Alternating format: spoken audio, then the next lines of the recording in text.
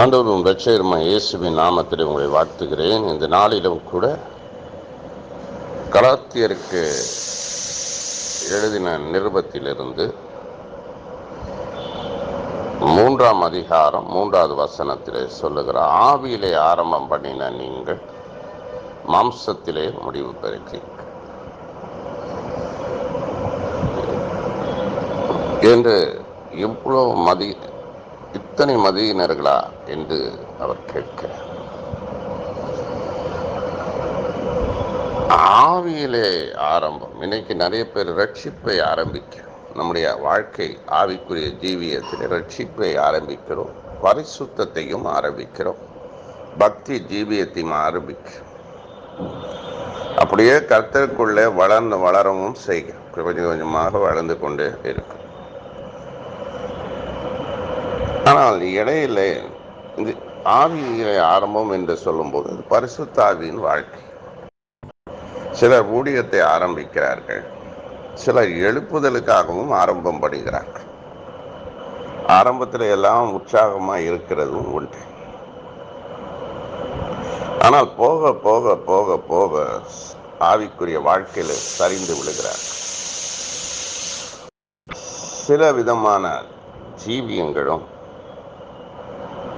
அவருடைய வாழ்க்கையில இருக்கிறபடி அதிலே மேல வர முடியாதபடி ஆய்விடுகிறார். அதற்கு காரணம் மாமிசம்.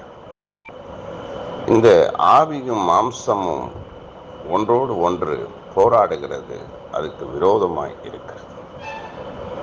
இந்த மாம்சத்தை நாம் ஜெயிக்காவிட்டால் மாம்சம் வெற்றி பெறும். இந்த ஆவியின் பலனை ஒவ்வொரு நாளும் நாம் பெற்றுக்கொள்ள வேண்டும். நமக்கு கொடுக்கப்பட்ட இந்த பரிசுத்த ஆவியான ஆவிக்குரிய ஜீவியத்தையும் நாம் தான் காத்துக்கொள்ள வேண்டும். பரிசுத்த ஆவியின் அபிஷேகத்தை இன்றைக்கு நிறைய நாடுகிறவர்கள் உண்டு. ஆனால் ஆவிக்குரிய ஜீவியம் என்று உண்டு. அதற்குத்தான் பரிசுத்த ஆவியை கொடுத்திருக்கிறார். ரட்சிப்பும் பரிசுத்தமும் சரி இல்லை என்றார். நம்முடைய வாழ்க்கையில மாமிசம் வேலை செய்ய ஆரம்பிக்கும்.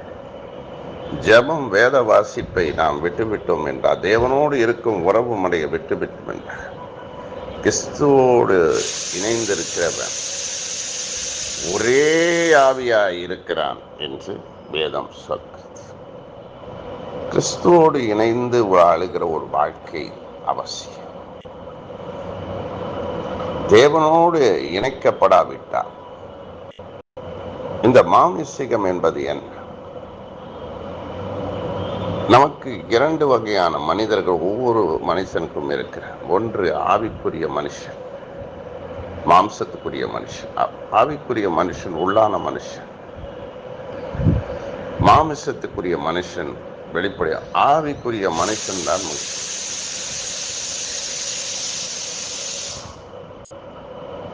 அந்த ஆவிக்குரிய மனுஷன் பரிசுத்த ஆவியிலே வாடுகிற மனிதர். மாம்சத்துக்குரிய மனுஷன் என்பவன் பலவீனத்தின் மனுஷன், நம்மளை பலவீனப்படுத்துகிற ஒரு மனுஷன். நமக்குள்ள பாவங்களை கொண்டு வந்து அதை அடிமைத்தனத்திற்குள் வைக்கிற ஒரு மனுஷன். பழைய சுவாபங்கள் நீங்காதபடிக்கு அந்த மாம்சீக குணங்கள் இருக்கும். மனம் திரும்பாத ஒரு வாழ்க்கை நம் ரட்சிப்பை பறிக்கும் வல்லமை. இது மாம்சீகம் யாருகிட்ட இருந்து வருகிறது என்றால் பிசாசுகிட்ட இருந்து வருகிறது.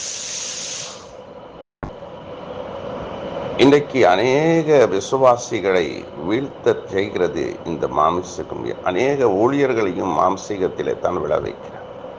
இந்த மாம்சீகத்தை நாம் ஜெயிக்க வேண்டும். வெளிப்படையான மனுஷன் அழிய வேண்டும், உள்ளான மனுஷன் ஒவ்வொரு நாளும் ஸ்ட்ரென்த் ஆகணும் என்று அப்போஸ்தலனாகிய பவுல் கொரிந்தியர் சபைக்கு சொல்லுகிறார்.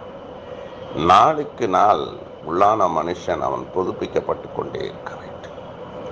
இல்லை என்றால் வெளிப்படையான மனுஷன் ஜெயம் பெற்று விடுவார்.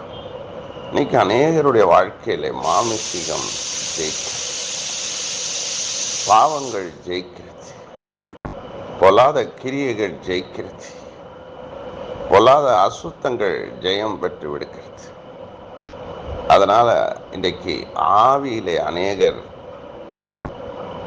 வெளி வர முடியாது, ஆவியில பெரிய அளவிலே ஆசீர்வதிக்கப்பட முடியாதபடிக்கு ஆகிவிடுகிறது. சிலர் இந்த ஆவிக்குரிய ஜீவியத்தை விட்டு விடுகிறார்கள். ஆவியிலே பிறக்க வேண்டும், ஆவியிலே வளர வேண்டும், தலத்திலே வளர வேண்டும். இந்த அபிஷேகத்தை நாம் பெற்று ஒரு நாளும் சாட்சியாய் நிற்க வேண்டும். அது மட்டுமல்ல, நமக்குள்ள கொடுக்கப்பட்ட கிருபைகளை ஒவ்வொரு நாளும் அனல் மூட்டி எழுப்பப்பட வேண்டும். அதே சமயத்துல நமக்கு கொடுக்கப்பட்ட பரிசுத்த ஆவியை நம்ம ஒவ்வொரு நாளும் காத்துக்கொள்ளும். ஆரம்பம் என்ற ஆவியில ஆரம்பம் பண்ணினோம், நம்ம ஆவியில தான் முடிவு பெறணும். சிம்சோன் வாழ்க்கையை பாருங்க, ஆவியில ஆரம்பம் பண்ண பிரதிஷ்டை பண்ணப்பட்ட மனுஷன். ஆனா அவன் தவறான ட்ராக்ல போனான். அதுக்கு காரணம் மாமிசீகம் தான் அவன் வாழ்வை சின்னாபின்னமாக்கியது. ஆண்டவர் அவனுடைய வாழ்விலே ஒரு பெரிய காரியத்தை செய்தார், உண்மைதான். ஆனால் அவனுடைய ஆத்துமா மீட்கப்படவில்லை. அவனுடைய ஆவிக்குரிய ஜீவியத்திலே சரியில்லாதவனாகத்தான் இருந்திருக்கிறான். ஒரு பக்கம் அவன் ஆவியானவரால் நடத்தப்பட்டால், மறுபக்கம் அவன் மாம்சீகத்தோடு நடத்தப்பட்டான். இன்றைக்கு இரண்டு கிரியைகளும் போராடுகிறது நிறைய பேருடைய வாழ்க்கை. அது நாளடைவில் எது ஜெயிக்கிறதோ அதுவே கடைசி வரைக்கும் நிற்கிறது. இயேசு கிறிஸ்து சொல்லுகிற முந்தினோ பிந்தினோராகும், பிந்தினோ முந்தினோராயும் இருப்பார்கள். ஆரம்பத்தில் நிறைய பேருடைய வாழ்க்கை பிரகாசிக்கிறது. அதன் பிறகு காணாம போறவர்களும் உண்டு. அநேகருடைய வாழ்க்கையில பரலோகத்திற்கு செல்ல முடியாத வாழ்வும் வாழ்கிறார்கள்.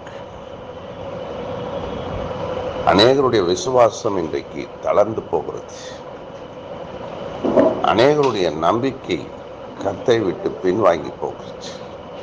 நான் தான் இயேசு கிறிஸ்து தரும். இன்னைக்கு புதுசாக ரட்சிக்கப்பட்டவர்கள், புதுசாக அபிஷேகம் பெற்றவர்கள், புதுசாக பரிசுத்தாவி பெற்ற பிள்ளைகள்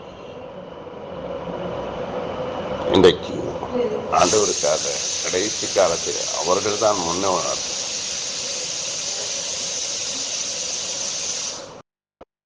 அதனால நம்ம ஆவியில ஆரம்பம் பண்ணின நம்ம மாம்சத்தில் முடிவு பண்ணவே இல்லை. சிம்சோனுடைய முடிவு மாம்சத்தில் முடித்தது. பரிசுத்த ஆவியை நமக்கு கொடுத்திருக்கிறார். நம்ம ஆவியில பலனடையணும், அதை காத்துக்கொள்ளும். மாமிசத்தை நாம் அழிக்க வேண்டும், மாம்சத்தை துரத்த வேண்டும், பாவத்தை துரத்த வேண்டும், இச்சைகளை துரத்த வேண்டும், உலக காரியங்களை துரத்திவிட்டு ஆவிக்குரிய ஜீவியத்திற்குள் நாம் கட்டைசி பரியந்தம் நிற்க. இதைத்தான் ஆண்டவர் எதிர்பார்க்கிறார். மதியினராய் நாம் இருக்கக்கூடாது, ஞானவான்களாய் திகழ விட வேண்டும் என்று ஆண்டவர் விரும்புகிறார். ஒவ்வொருவரையும்